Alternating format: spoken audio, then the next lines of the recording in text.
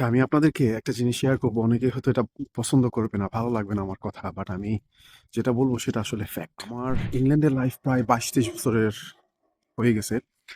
তো আমার এক্সপেরিয়েন্স থেকে বলতেছি যে ইংল্যান্ডে যারা জন্মগত মুসলিম আছে বাঙালিদের ক্ষেত্রে, অন্যান্য কালচার কমিউনিটির কথা বলব না।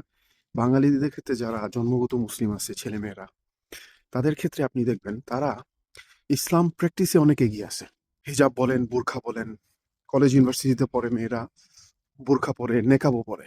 এই এখানে তারা ইংল্যান্ডে চেষ্টা করতেছে নেকাবটাকে কিভাবে ব্যান করতে পারে। কিছু, কিছু পার্টি আছে তারা এটা নিয়ে কথা বলতেছে। বেশিরভাগ আমাদের মেয়েরাই এগুলো করতেছে এইজন্য। ছেলেদের ক্ষেত্রে দেখবেন মুখে দাড়ি আছে, মসজিদে সালাত আদায় করে রেগুলার, এক ইসলামিক কনফারেন্স গুলাতে রেগুলার যাওয়া আসা করে।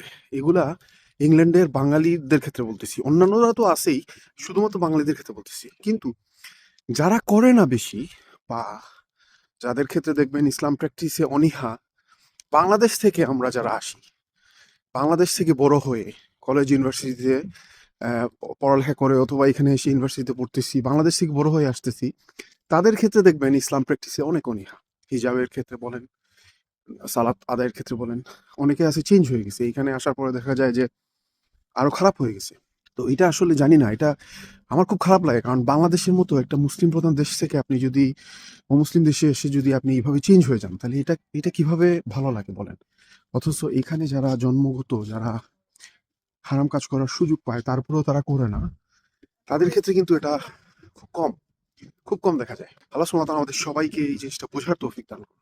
আমিন। আসসালামু আলাইকুম ওয়া রাহমাতুল্লাহি ওয়া বারাকাতুহু।